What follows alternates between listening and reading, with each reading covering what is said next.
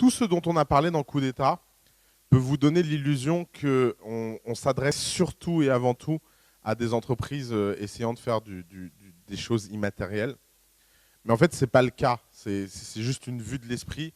Parce que souvent, tout ce qu'on vous a exprimé, enseigné, etc., donne le sentiment d'être plus facile lorsqu'il s'agit de business non physique que de business physique. Mais en fait, les business physiques ont énormément d'importance. Et alors, je vais mettre dans le même panier aujourd'hui les gens qui veulent faire du hardware, les gens qui veulent ouvrir un magasin, les gens qui veulent faire du service, pour vous montrer qu'en fait, tout ça répond au même effort. Il faut savoir que le hardware et le fait et à peu près tous les business qui impliquent des coûts structurels de fabrication ont toujours eu auprès des investisseurs, auprès du marché, très mauvaise réputation.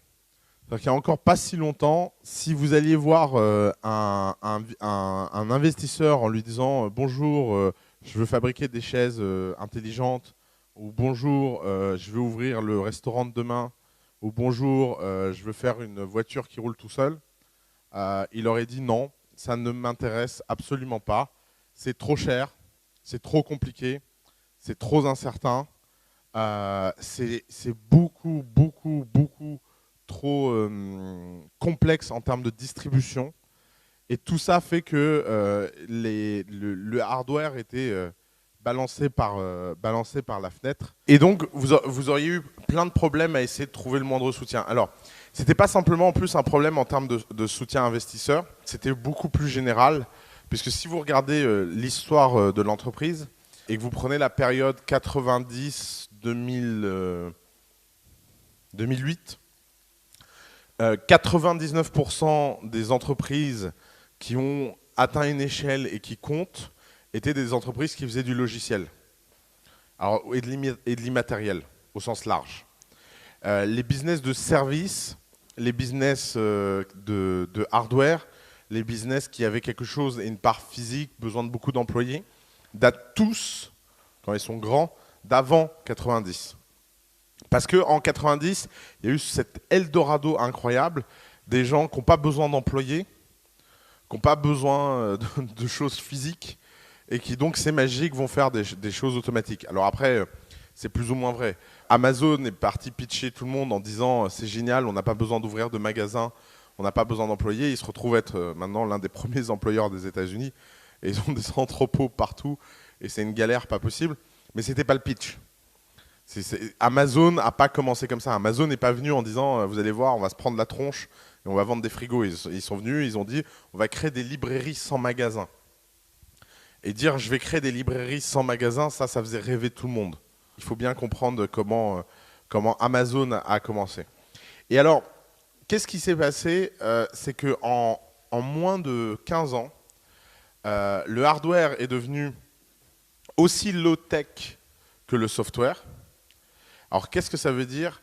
Ça veut dire qu'aujourd'hui, vous pouvez développer des produits, vous pouvez développer des services, vous pouvez imaginer des choses à peu près à la même vitesse que vous n'imaginez des logiciels. Alors, avec évidemment des contraintes spécifiques, etc. Mais aujourd'hui, n'importe qui est capable de prototyper à peu près n'importe quoi. Alors, évidemment, il y a plein de tendances macro qui appuient ça. L'impression 3D qui est dans la pièce là-bas, le prototypage rapide, le fait que vous êtes capable de vendre sur Internet, le fait qu'il y a besoin de moins d'argent. Si vous prenez la courbe du logiciel, 95, vous avez besoin de 5 millions pour lancer une start-up. 2001, vous avez besoin de 500 000 euros.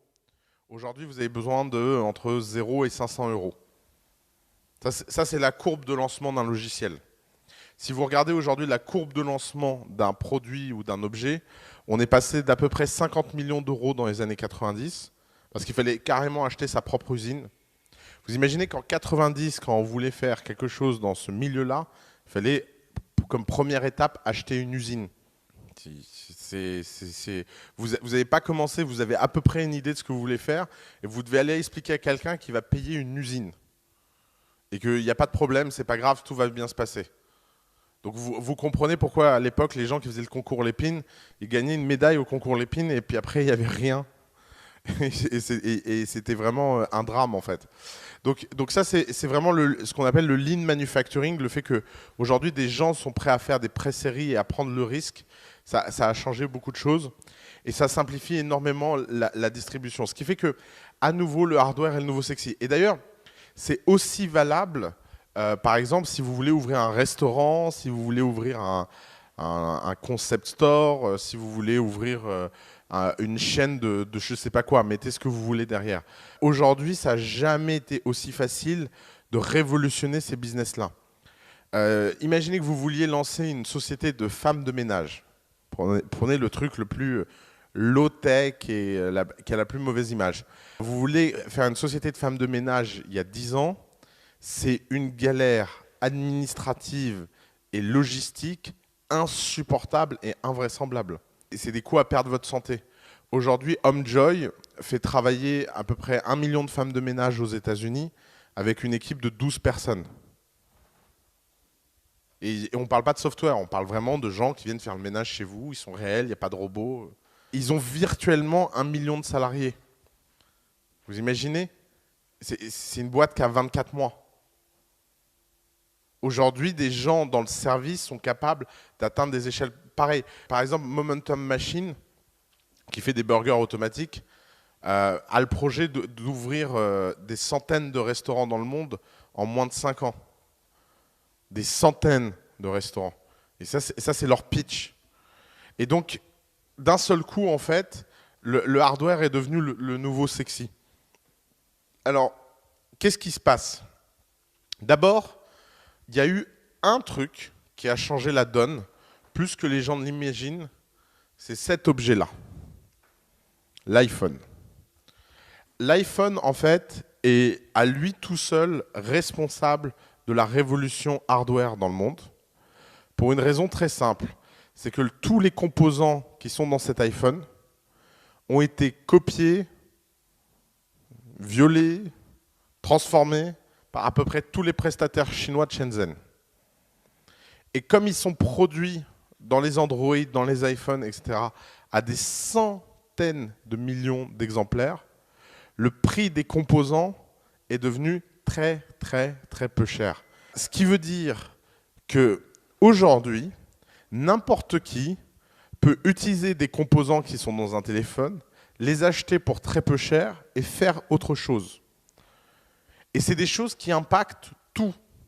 Ça impacte l'immobilier, ça impacte la restauration, ça impacte... Tiens, par exemple, ça m'a vachement surpris, le spa de l'Intercontinental à Marseille vient d'ouvrir. C'est un tout nouveau spa, Parc la Reims.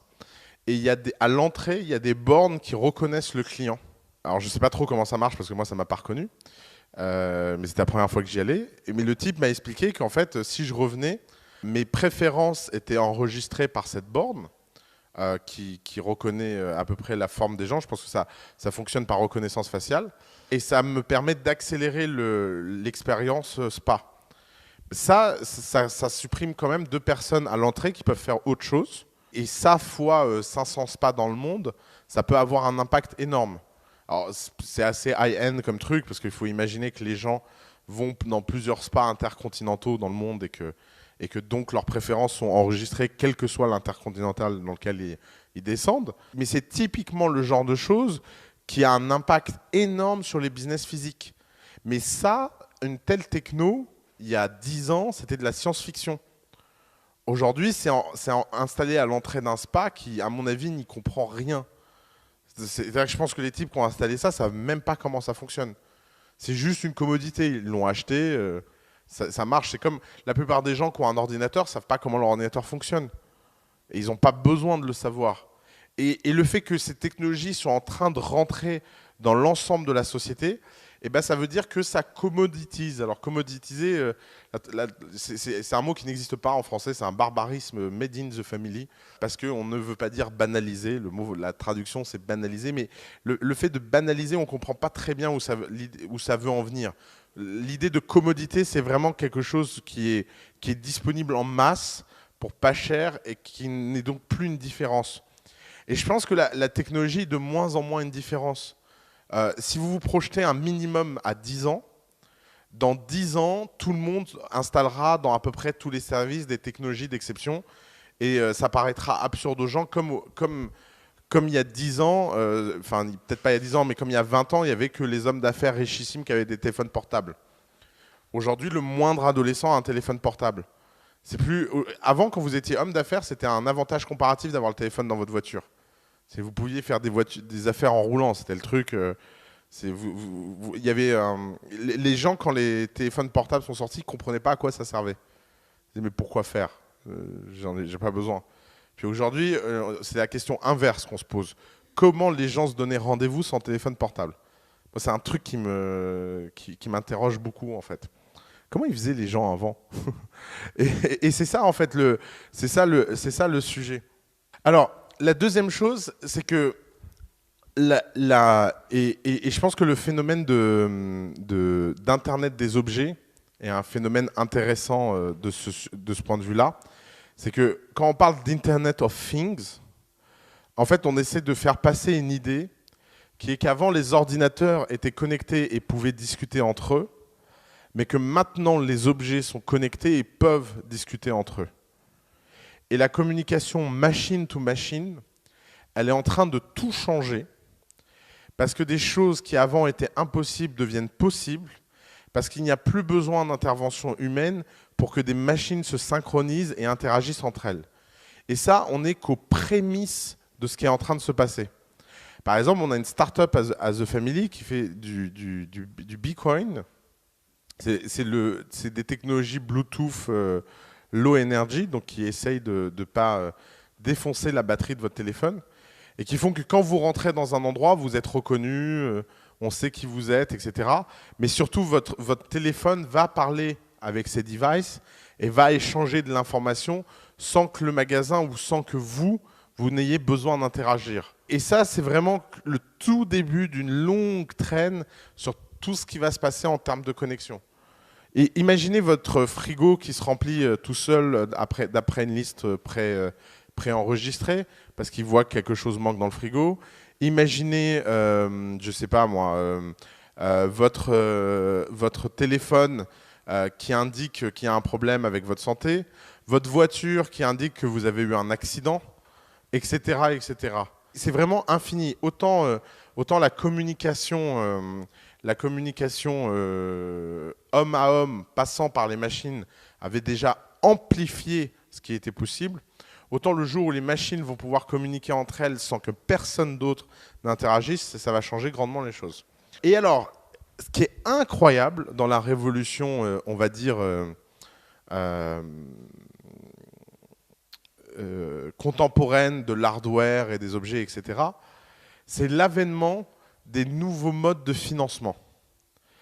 Et ça, c'est vraiment la dernière chose, c'est que retenez que le paradigme industriel, il a changé.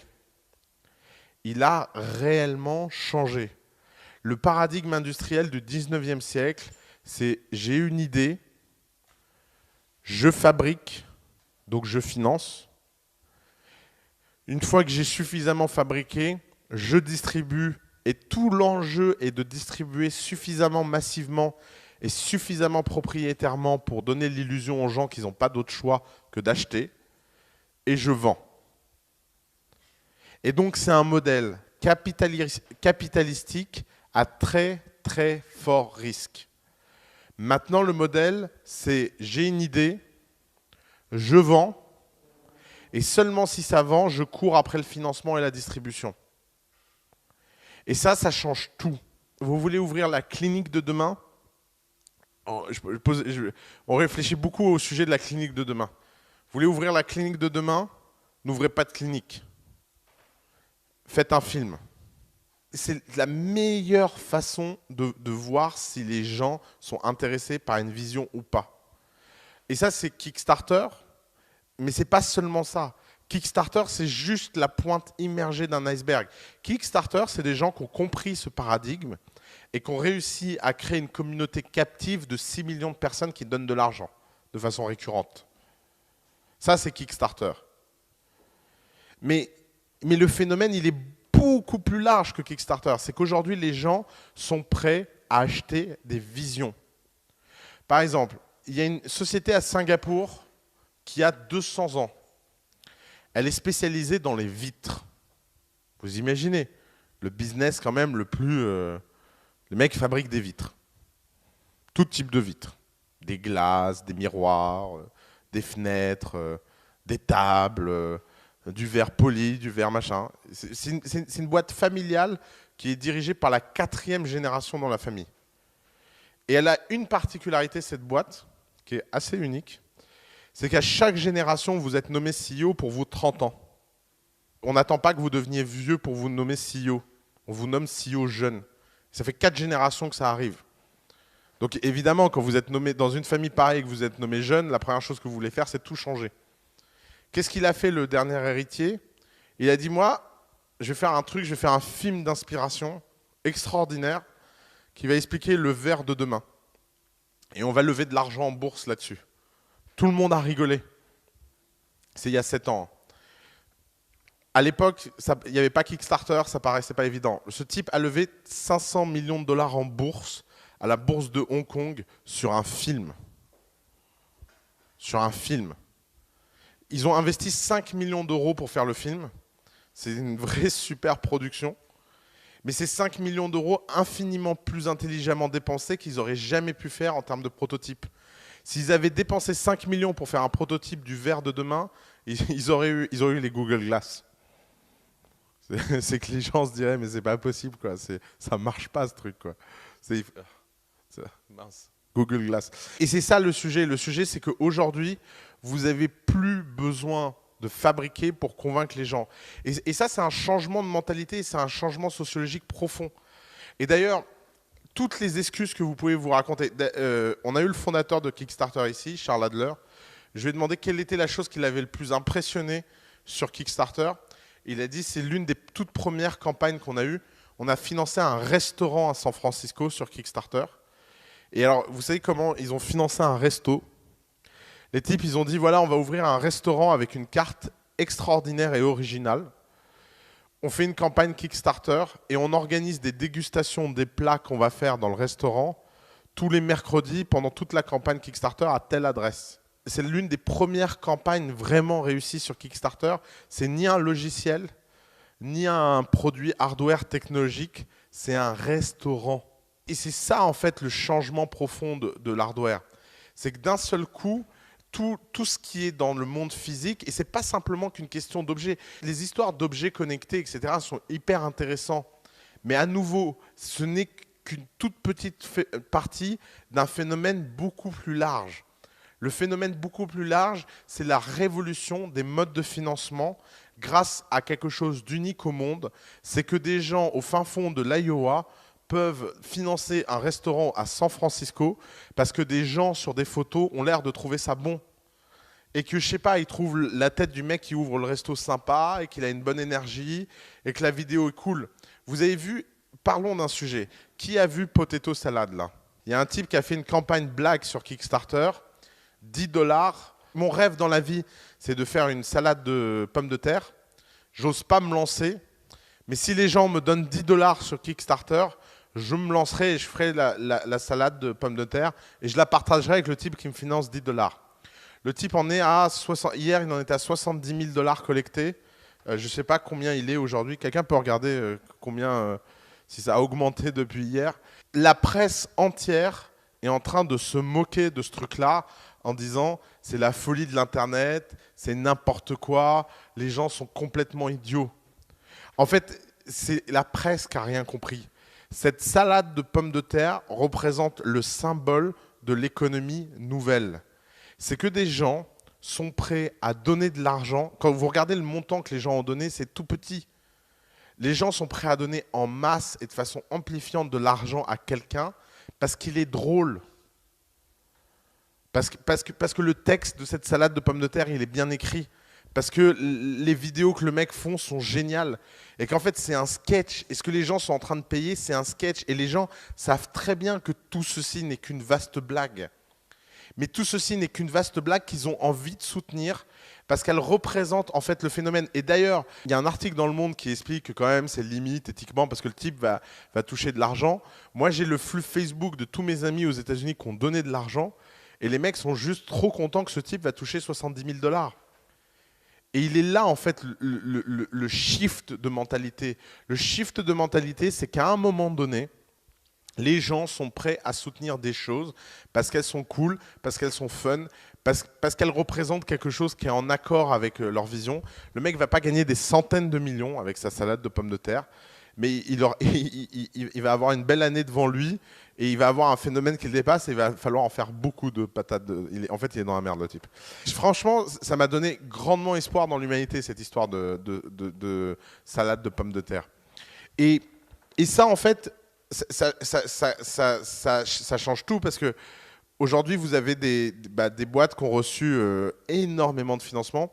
Nest, par exemple, les thermostats intelligents, 120 millions de $ de financement. Leap, l'interface gestuelle sur les ordinateurs, a reçu 45 millions. Oculus Rift a reçu 91 millions. Parlons 2 minutes de Oculus Rift, par exemple.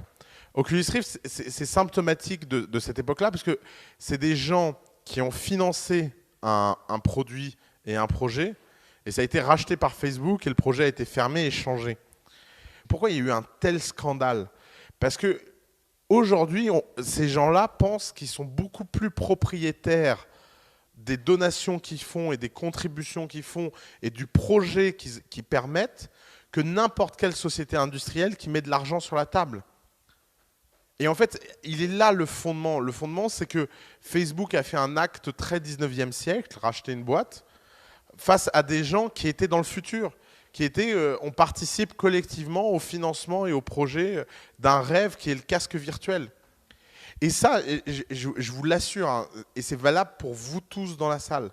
Aujourd'hui, la compétence numéro 1 d'un entrepreneur, c'est de savoir vendre un projet en ligne. Vous pouvez apprendre plein de choses, vous pouvez apprendre le légal, vous pouvez apprendre tout ce que vous voulez, mais votre capacité à raconter des histoires en ligne et à vendre en ligne des projets et à enthousiasmer les gens juste sur des projets, c'est quelque chose qui compte énormément.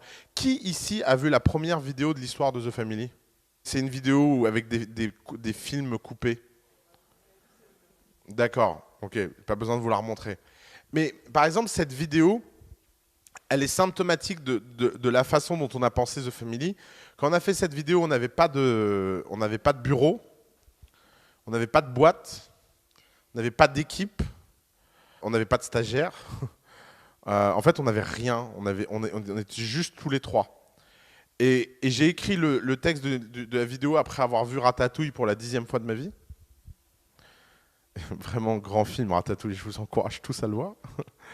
Et je me suis dit, tiens, c'est marrant, si on veut expliquer ce qu'est The Family, on a juste à faire un truc tout bête, c'est prendre des images pop qui nous parlent, et qui parlent à tous les gens à qui on s'adresse. Donc c'est facile de créer du lien. Les couper, mettre un texte et voir qu'est-ce qui se passe. Ça a été le fondement de notre action. On n'arrivait pas à y croire nous-mêmes. Quand on disait, de toute façon, quand on disait aux gens, ouais, on a reçu 300 candidatures, les gens étaient morts de rire. Ils n'y croyaient pas, en fait. C'était inimaginable, en fait. Et c'est ça, en fait, le véritable sujet. Juste pour vous donner un chiffre un peu macro, les VC technologiques, donc tous les gens qui d'habitude financent du software, ont l'année dernière mis 848 millions de $ collectivement dans des entreprises qui font du software, du hardware ou du service. Et la mode de la révolution des services est en marche. Vous pouvez prendre à peu près n'importe quel métier traditionnel, de l'hôtellerie, la restauration, etc. Et vous pouvez imaginer la version du futur et vous allez pouvoir trouver des financements si vous arrivez à raconter la bonne histoire. Alors, tout ça vient avec une révolution des business models. N'oubliez jamais, en général, les grandes révolutions sont toujours accompagnées d'un business model nouveau qui les accompagne. Toujours. C'est très très rare. Prenons un exemple. Vous êtes Google. Vous créez le premier moteur de recherche du monde et vous avez 1 milliard de visiteurs par jour. Vous pouvez faire une bêtise, c'est mettre du display ads. Pourquoi une bêtise? Parce que ça réduit l'expérience, parce que ça fait chier tout le monde, parce que c'est pas bon. Ou sinon, vous résistez et vous inventez Google AdWords. Et Google AdWords explique autant le succès de Google que Google explique le succès de Google AdWords. Parce qu'une fois que vous avez un business model qui est vraiment en accord avec la philosophie de ce que vous faites, eh ben, ça tourne. Prenons la restauration. Par exemple, la mode des all you can eat aux États-Unis, qui n'a jamais pris nulle part ailleurs. Pourquoi aux États-Unis les all you can eat fonctionnent tellement? Parce qu'il y a quelque chose de très raccord avec la culture américaine où la quantité vaut mieux que la qualité. C'est le sentiment de satiété qui est recherché par cette société de la consommation. Pourquoi tous les restaurants qui ont essayé de copier ça à l'étranger ont mal fini? Et flunch en premier? Pour la raison très simple, c'est que partout ailleurs dans le monde, on se dit mais c'est pas possible, ça va pas être bon. Et les business models ont autant d'impact dans la structuration et la perception de ce que vous faites que ce que vous faites. Si par exemple vous développez un produit de luxe et que vous le vendez pas cher, vous n'arriverez jamais à le vendre. Parce que ce ne sera pas perçu comme quelque chose de luxe. Le luxe, c'est tout ce qui est plus cher que c'est nécessaire de l'être. Et il est là le sujet. Le sujet, c'est que vous devez être dans des réflexions profondes sur qu'est-ce que les gens... Et c'était notamment la question que tu me posais tout à l'heure. C'était, est-ce que je dois afficher le prix ou pas? J'en sais rien. Faut juste être en accord avec ce que les gens attendent. Et être raccord, c'est vraiment l'idée d'être raccord, en fait. Et être raccord, ça demande de vivre, en fait. Ça demande de développer de l'instinct, ça demande de comprendre les gens. C'est pas juste une méthode. Alors, l'une des grosses révolutions dans le hardware, qui a été lancée, en fait, mine de rien, en France, avec les offres triplées et les fameuses box, c'est le HAAS. H-A-A-S. Le Hardware as a Service. Alors, l'idée est toute bête. C'est comme le Software as a Service. Au lieu d'acheter un objet et un produit cher, vous le louez pour un prix tous les mois. Quand Freebox vous envoie une box, vous payez un abonnement. Alors là, en plus, c'est un produit plus un service. Mais en général, le HAAS vient avec des services. Les grands avantages du Hardware as a Service, c'est que vous avez des revenus récurrents et vous avez une lifetime value qui est bien plus élevée en général que si vous vendiez d'un coup. Parce que les gens se désabonnent rarement, en fait. C'est le genre de truc qui s'accumule jusqu'à l'expiration de la carte bleue, même quand ils ne l'utilisent plus. Vous n'imaginez pas la résilience des cartes bleues. Le problème, c'est qu'il faut énormément, c'est comme dans un SaaS, il faut énormément de capital, il faut avoir énormément de fonds, parce que vous, le produit, vous le payez. Si vous le payez 200 € et que vous le louez 20 $ par mois, ça veut dire que pendant 10 mois, vous commencez là, et pendant 10 mois, vous rattrapez votre perte. Et c'est seulement au 10e mois que vous gagnez de l'argent.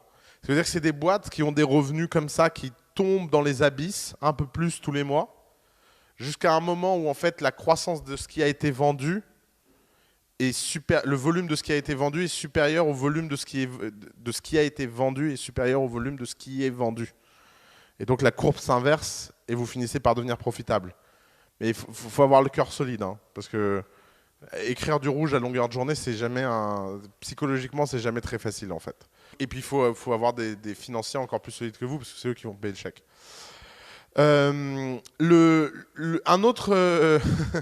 Un autre business model assez intéressant, je ne sais pas si vous connaissez Paper 53. Personne connaît Paper 53? C'est un stylo smart et connecté et qui écrit comme un crayon de papier, quoi.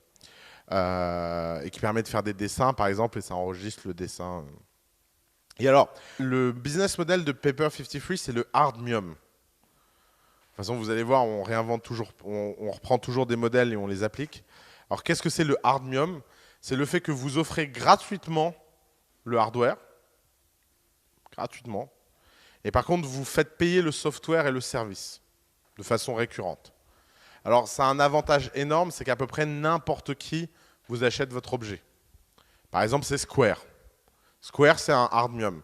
Ils distribuent leur objet gratuitement. Par contre, à chaque fois que quelqu'un paye, il touche une commission. L'autre gros avantage, c'est que vous développez une communauté tellement vaste, tellement vite, que vous obtenez du feedback beaucoup plus rapidement. Parce que vous n'avez pas besoin d'attendre que ce soit vendu et que les gens achètent pour avoir du feedback. Alors, il y a un gros problème avec ces business models-là, c'est ce qu'on appelle le free rider effect. C'est que d'un seul coup, vous avez plein de gens qui ont juste un intérêt énorme à simplement en acheter, mais pour jamais l'utiliser, mais parce que c'est cool. Et donc, vous avez toute la communauté des hyper early adopters qui vous commandent massivement des choses alors que ça ne les intéresse pas. Et ça peut avoir un coût délirant, en fait. Et notamment, Paper 53, ça a été surtout utilisé par des gens qui ne savent pas dessiner, mais qui trouvaient ça tellement cool d'avoir un stylo connecté. Mais je pense qu'ils n'ont jamais payé le service après, en fait. C'est le gros problème, en fait. Et je pense que le bon raisonnement sur le hardmium, c'est quand vous avez quelque chose de profondément consumer et qui se répète. Un truc dans l'automobile peut être hardmium, par exemple. Typiquement. Alors, il y a un type de business model qui est en train de se développer, c'est le HAP, Hardware as a Platform. C'est le fait que vous allez fournir à des gens qui veulent faire des business de service une capacité logistique hardware librement qu'ils vont pouvoir programmer et utiliser. Par exemple, un bon exemple de app, on a une boîte dans The Family qui fait la carte des restaurants du futur. C'est-à-dire qu'ils font un menu connecté et c'est sur du papier électronique, etc. Ben ça, typiquement, ça va permettre à n'importe qui de pouvoir développer des services dans n'importe quel restaurant parce qu'il y aura l'infrastructure. Les ordinateurs sont une forme de app parce que les gens peuvent venir développer des logiciels. Les téléphones mobiles en sont une. Je ne sais pas qui connaît Leap ici. Ouais, alors là, c'est vraiment le truc geekos absolu, mais Leap, ça permet en fait de connecter un petit device qui permet de rendre l'ordinateur contrôlable par des gestes en l'air. C'est la fameuse interface Minority Report que tout le monde essaie de faire depuis que Minority Report est sorti. Même si moi, je ne me vois pas au bureau en mode toute la journée. Mais Leap est un bon exemple de hardware as a platform. Alors, les gros avantages de hardware as a platform, c'est que le potentiel de revenu est infini. L'acquisition cost est très très faible. Par contre, vous avez besoin. Votre client ne sont pas les utilisateurs, votre client sont les développeurs. Et ça, c'est un truc terrible. Parce que vos consommateurs sont les utilisateurs, mais vos clients sont les développeurs. En général, quand dans une société, vous avez une distinction entre les consommateurs et les clients, c'est le début de la galère. Vous voulez un exemple typique? Les jouets pour enfants. Les jouets pour enfants, votre consommateur, c'est les enfants, mais votre client, c'est les parents. C'est eux qui achètent. Et c'est pour ça que développer des jouets pour enfants, c'est très, très, très, très dur. Un autre exemple, si vous faites du logiciel d'entreprise, vos consommateurs sont les gens en entreprise, mais votre client, c'est le DSI.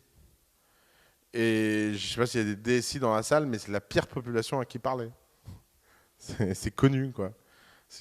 Vaut mieux se jeter par la fenêtre que de commencer à parler avec un DSI. Ces distinctions font que ça peut être très très dur de développer quelque chose. Alors, un business model très intéressant en pleine émergence, qui est le hard data. Hard data, c'est quoi? C'est le fait que vous fassiez un service ou un produit qui permet de collecter massivement de la donnée. Vous le faites gratuitement en vue de revendre cette donnée. Alors, vous voulez un hard data très original et intriguant? Le médecin as a service. J'ai vu ça hier. Je vous fais le pitch. Votre médecin est gratuit. Vous ne payez rien. Il est payé par des sociétés pharmaceutiques. En échange, vous vous engagez à tout ce qu'il fait sur vous. Les datas servent à des labos pour faire des expériences et accélérer le rythme des tests cliniques. Les labos pharmaceutiques ont tellement d'argent que payer des armées de médecins, c'est vraiment facile pour elles. Et donc, vous offrez une forme de médecine gratuite parce que, en échange, vous devez remplir des questionnaires. Et donc, au lieu d'avoir une consultation qui est seulement orientée sur vous, vous avez une consultation qui est orientée sur vous, plus sur l'environnement. C'est hyper sérieux comme sujet. Et ça, dans le genre disruption qui font hyper mal, si les labos pharmaceutiques arrivent à faire une révolution pareille, c'est-à-dire que les labos pharmaceutiques vont intégrer la chaîne de valeur entre les médicaments et les médecins Et là, pour le coup, dans le genre menace pour la démocratie, là, ça se pose là. Ça. C'est que vous devenez payeur, distributeur, et ça devient très compliqué à gérer. Sauf qu'il y a un problème, c'est qu'il n'y a aucun régime de sécurité sociale du monde qui survit. Aucun. Vous savez, c'est toujours comme ça que ça commence les problèmes. C'est quand vous avez un business model qui n'est pas sain et qui accumule de la dette, à un moment ou un autre, les gens en ont marre et sont prêts à prendre des solutions qui sont à l'extrême opposé et qui sont peut-être pas en fait les solutions les plus agréables. Mais par exemple, cet exemple de hard data, alors il y en a d'autres. Par exemple, Nest, le thermostat. Le thermostat coûte 250 $ ou 300 $ à fabriquer, je crois, et ils vous le vendent 99 $. Donc c'est pas gratuit, mais c'est, disons, à 2/3 subventionné. Pourquoi? Parce qu'ils veulent récupérer toutes les données de la maison et devenir le cœur de l'information. C'est pas pour rien que Google les a rachetés. En fait, c'est terrible parce que quand tu es le meilleur et qu'en plus tu es le moins cher, parce que tu peux te permettre de vendre à perte parce que tu as levé je sais pas combien de centaines de millions, d'un seul coup, en fait, la notion même de concurrence disparaît, en fait. Parce que tu sais pas quoi faire, en fait. Si un type te dit, moi, je fais le meilleur truc et en plus, je te le donne, et toi, tu dis, oui, alors moi, je fais un truc moins bien et en plus, c'est cher, mais j'ai pas d'argent. Ça devient un vrai problème. Mais ils sont, enfin, les stratégies monopolistiques, il y a un endroit au monde où ils sont bons, c'est les États-Unis, et c'est parce qu'ils sont capables de faire des paris incroyables. Imaginez le pitch. Vous arrivez chez quelqu'un et vous lui dites, voilà, il faudrait que je lève 170 millions de dollars pour faire une boîte en fait où je vais offrir des thermostats pratiquement gratuitement à tout le monde parce que on va capter plein de data et grâce à ça, dans 10 ans, on va pouvoir commencer à gagner de l'argent. Enfin, je pense que la plupart des financiers dans le monde se disent oui, oui, oui, très intéressant. Revenez me voir quand vous revenez me voir bientôt. Et c'est la grande capacité américaine à produire du truc. Un autre exemple de hard data assez intéressant, c'est tous les gens qui vous proposent en fait de vous fournir un service à un prix ridicule en échange de pouvoir capter de la donnée sur vous. Et c'est pas nouveau, c'est toutes ces histoires de sondage.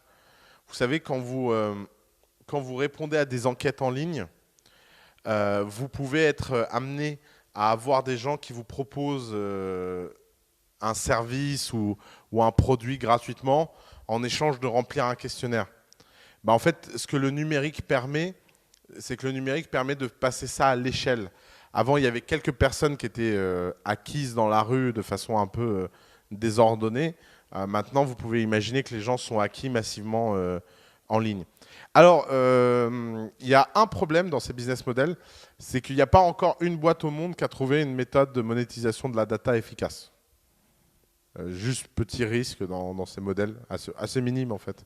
Alors, tout ça est vrai, et toute la révolution hardware est super intéressante, mais il y a quelque chose d'encore plus important à garder en tête, c'est que si vous faites quelque chose qui est dans le monde physique, vous n'avez qu'une seule obsession, le cash. Parce que le cash, c'est dans le software, l'internet, etc., cash is king.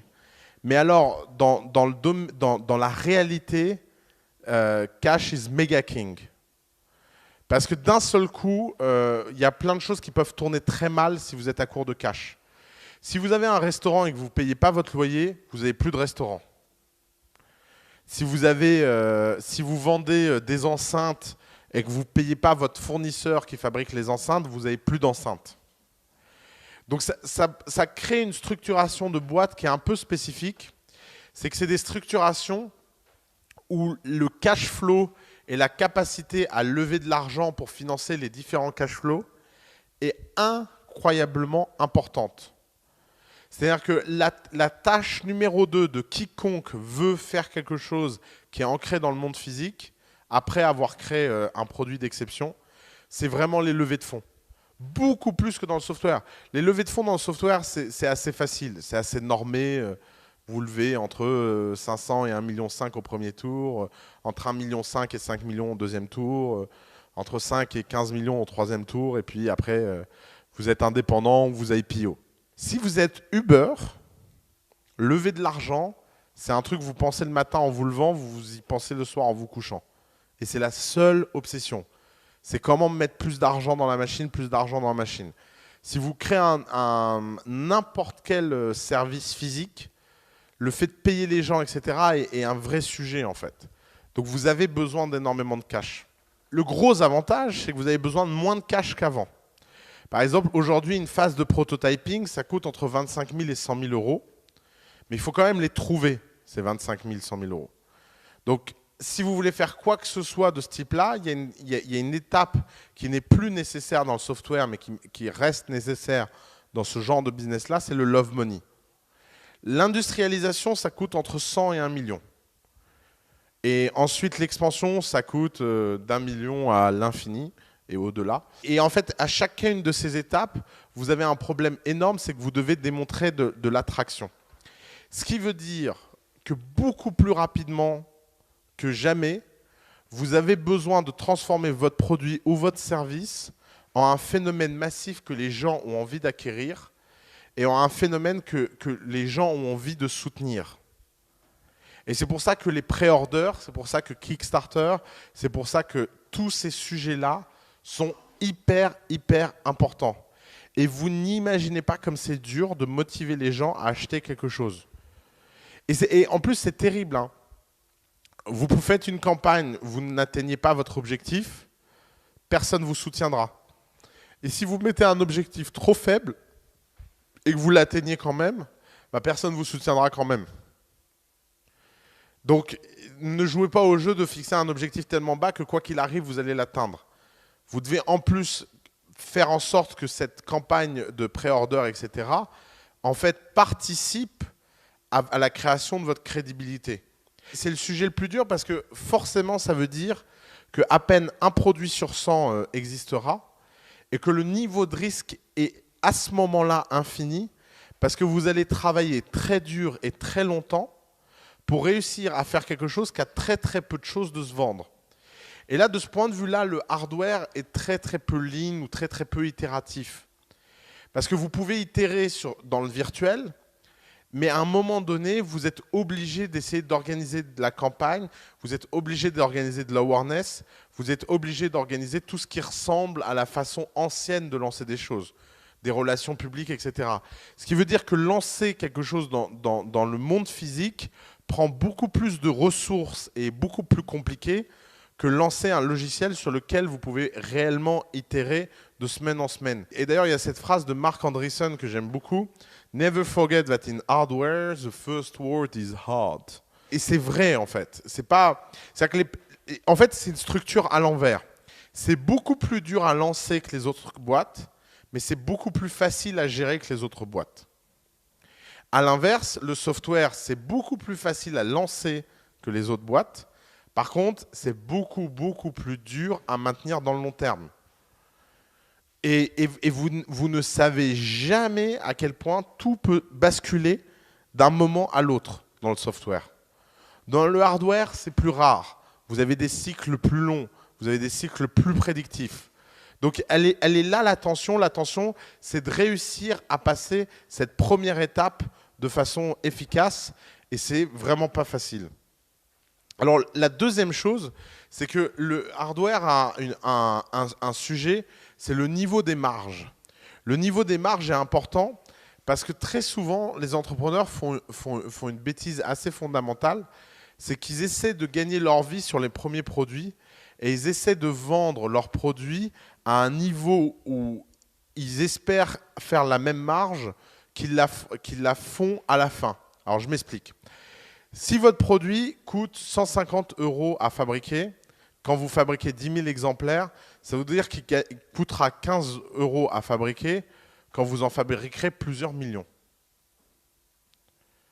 Parce qu'il y a des économies d'échelle et il y a des phénomènes structurels qui font que plus vous fabriquez quelque chose, moins ça coûte cher à l'unité à fabriquer. Le premier iPhone a dû coûter des millions d'euros à fabriquer. Aujourd'hui, un iPhone coûte à peine 31 $ à fabriquer. 31 $, hein, l'iPhone, dernier rapport. Vous l'avez payé 1 000 €. Hein, c'est un délire.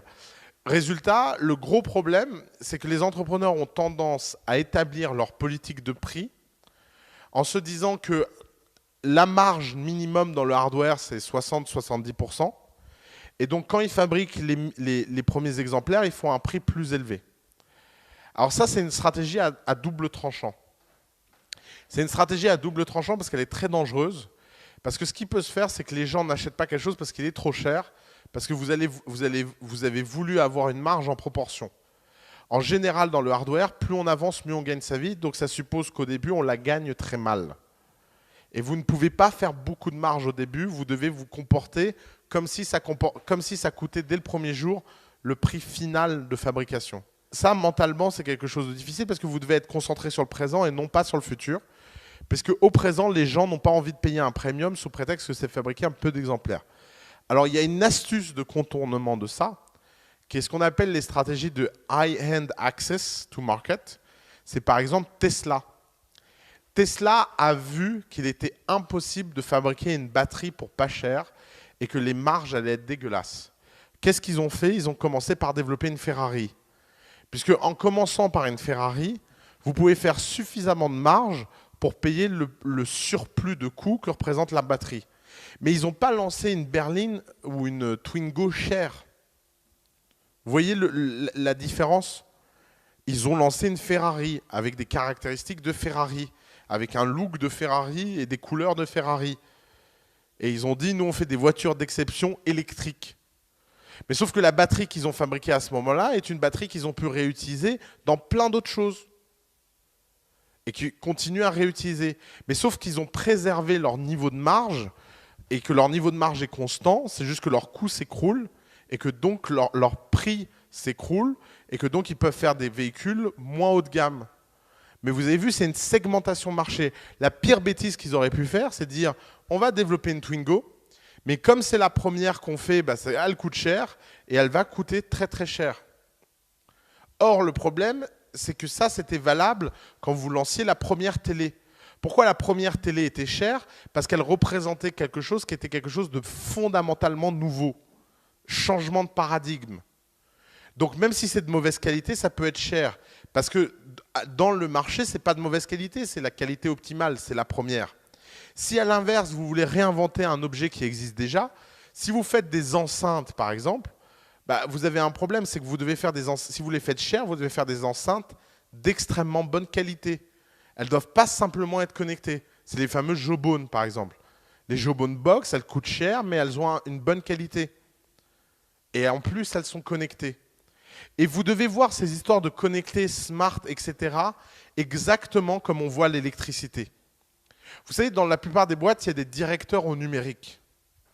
Pourtant, il n'y a aucun directeur à l'électricité. Vous imaginez dans une boîte un type qui vous dit « Bonjour, je suis le responsable de l'impact de l'électricité sur notre business. » Et pourtant, l'électricité, ça a un impact à l'ensemble des échelles. S'il n'y a pas d'électricité, il n'y a rien. C'est un élément vital, l'électricité. Et bien, le numérique, c'est la même chose. Vous ne pouvez pas vous dire que je vais faire une... Ah, c'est génial, je vais faire une brosse à dents smart. Les gens s'en fichent que la brosse à dents soit smart. C'est une commodité qu'elle soit smart. Elle doit être smart pour de bonnes raisons. Parce que c'est une meilleure expérience de brossage, parce que c'est je ne sais pas quoi. Et donc, vous voyez tout l'enjeu en fait qu'il y a dans ces histoires de services de nouveaux gens ou de hardware de nouveaux gens, c'est qu'à aucun moment l'histoire que vous pouvez raconter peut simplement se contenter de dire « Ah, moi, je fais les choses en utilisant de la techno, donc je les fais de façon smart, donc je les fais de façon nouvelle. » Le sujet est ailleurs. Le sujet, c'est que vous devez réussir à expliquer aux gens pourquoi vous faites quelque chose de mieux. Donc, les histoires de marge ont aussi un impact sur la distribution. Et ça, c'est un autre sujet des nouveaux business. C'est que la pire chose que vous puissiez faire, c'est d'essayer d'être distribué dans plusieurs endroits à la fois. Vous devez choisir entre la distribution en ligne et la distribution retail. Mais la distribution retail est une distribution à très très très faible marge. Si vous allez voir Monoprix ou Carrefour, il y a quelque chose qu'ils savent faire depuis des années, c'est flinguer vos marges. C'est une expertise qu'ils ont. Ils passent leur journée à faire ça. Donc si vous lancez quelque chose de nouveau, vous devez trouver un moyen de distribution qui ne va pas agresser vos marges au début pour pouvoir vous donner le temps et l'oxygène nécessaire à itérer et à fabriquer des choses en attendant d'être apte à aller vers la masse. Et ça, évidemment, encore une fois, c'est l'Internet. Tout lancement d'un produit ou d'un service s'accompagne avec une capacité à vendre en ligne. Si vous voulez aujourd'hui lancer une chaîne de restauration, la chose la plus importante à faire, ce n'est pas la chaîne de restauration, c'est le site Internet. Ça peut paraître dingue, mais en fait, c'est le cas. Pour une raison très simple, c'est que c'est votre seul espoir de pouvoir lutter contre un Starbucks ou lutter contre un McDonald's ou lutter contre le resto sympa du coin. Et si vous regardez qu'est-ce qui reste par exemple aux libraires face à Amazon, et ben en fait, assez bizarrement, ce qui leur reste, c'est l'Internet. Et etc., etc. L'événementiel, les réseaux sociaux, le fait de créer une communauté.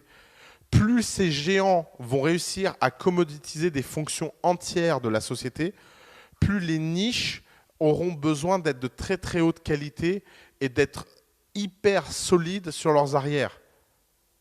Et c'est ça en fait le sujet. Soit vous êtes un géant, soit vous êtes petit, mais vous êtes très très très solide. Vous êtes une forteresse imprenable.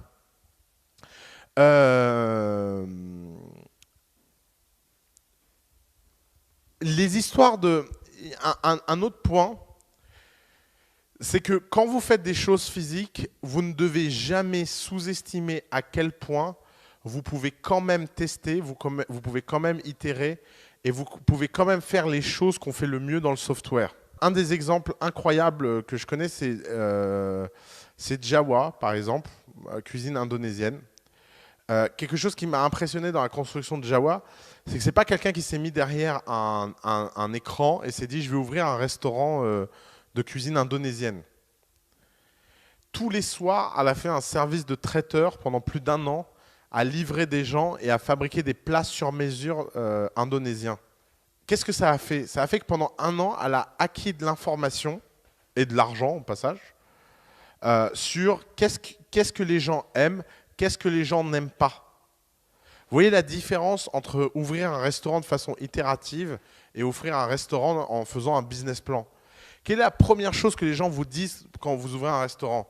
C'est va voir un banquier, fais un business plan, présente-lui ton dossier, réfléchis dans ta caverne et ressors quand tu seras prêt, jeune padawan. Et c'est complètement ahuri parce qu'un restaurant, ce qui compte, c'est ce que les gens mangent. Et ce que les gens mangent, vous pouvez le faire dans votre cuisine en invitant les gens chez vous et en les faisant payer. Et avant, c'était être un traiteur, c'était un sujet en soi. Aujourd'hui, vous avez Allo Resto. Vous pouvez vous inscrire sur Allo Resto et recevoir des commandes tous les jours, alors que vous n'avez pas vraiment de restaurant. Il vous suffit juste d'une cuisine. Et ça, en fait, ça change tout, et ça change tout à tous les niveaux. Avant, quand vous ouvriez un restaurant, vous ne pouviez pas commencer par être un traiteur, parce qu'être un traiteur, c'était un problème de distribution en soi. Maintenant, être un traiteur, c'est une commodité. Et donc, la seule chose que vous avez à faire, c'est de vous concentrer sur le développement d'une carte et de cuisine. Et ça, c'est vrai pour plein d'autres sujets et plein d'autres choses. Si vous voulez lancer un service de femme de ménage, tiens, c'est un excellent exemple. Vous voulez lire des articles intéressants, allez lire l'histoire de Homejoy. H-O-M-E-J-O-Y. Allez tous lire les articles qui ont été écrits sur Homejoy. Homejoy, c'est l'histoire d'une nana qui est partie faire le ménage chez les gens pour comprendre qu'est-ce qui faisait la valeur du ménage et faire la plus grande société de femmes de ménage du monde. Et elle est en train de devenir un géant. Elle s'est lancée dans 180 villes aux États-Unis en moins de 24 mois. C'est délirant. La dernière fois que j'ai regardé les chiffres, elle a été lancée dans 30 villes. Il y a un article qui a été écrit quand elle était lancée dans 60. Maintenant, elle est dans 180 et j'ai l'impression qu'elle va plus vite qu'il est possible d'imaginer d'aller. Or, pourquoi Homejoy est possible? Homejoy est possible parce que Craigslist existe. Si Craigslist n'existait pas, ce serait impossible pour Homejoy d'exister. Parce que avant, le problème quand on faisait une société de femmes de ménage, c'était pas de faire du ménage de qualité. Le problème, c'était de trouver des gens qui ont besoin de ménage. Mais maintenant, les gens qui ont besoin de ménage, ils vont tous au même endroit. Ils vont sur Craigslist.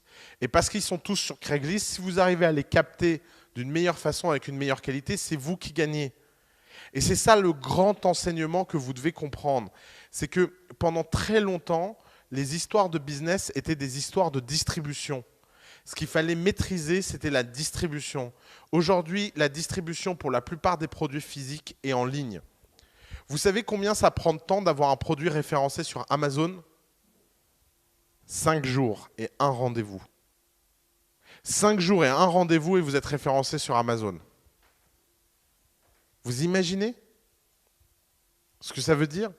C'est-à-dire que vous avez une infrastructure où les gens peuvent aller payer et acheter et commander avec un tiers de confiance incroyable qui est Amazon, sans aucun souci, en moins de 5 jours. Alors après, je ne vous garantis pas que tout le monde qui rentre dans ce process de 5 jours est sélectionné. Mais vous voyez le sujet. Le sujet, ce n'est plus d'avoir d'accord de distribution. Le sujet, c'est d'avoir un produit suffisamment bien, suffisamment impressionnant, que quand vous arrivez dans le bureau du type à Amazon à Londres, d'ailleurs c'est à Londres que ça se passe, assez bizarrement, que vous allez à Londres dans le bureau du type pour être distribué dans le monde entier sur Amazon, bah, ça prend un rendez-vous de 2 heures et un dossier, et vous avez une réponse 5 jours après. Et donc ce qu'il faut travailler, c'est le dossier et le produit, et non pas en fait la distribution. Quand vous voyez le temps qu'il faut pour que des vendeurs de jus de grenade soient distribués dans des casinos et des monoprix, c'est 3 à 5 ans de discussion, de machin, de trucs. L'Internet a complètement changé ça. Complètement. Et ce qui fait que, reprenons l'exemple du restaurant tout à l'heure, c'est que si vous êtes traiteur pendant 1 an, c'est-à-dire que le jour où vous lancez votre resto, dès le premier jour, vous avez déjà un fichier client de gens qui vous aiment. Si vous arrivez à livrer 4 personnes par soir et que vous le faites pendant 1 an, ça fait quand même 1200 personnes. Ça fait déjà 1200 clients le premier jour qui connaissent votre restaurant, vous n'avez même pas commencé. Vous voyez la grande différence entre le monde d'avant et le monde d'aujourd'hui ? Dans le monde d'avant, quand on ouvrait un restaurant, il fallait attendre en moyenne entre 3 à 6 mois pour commencer à avoir de la clientèle et que ce ne soit plus l'effet vide.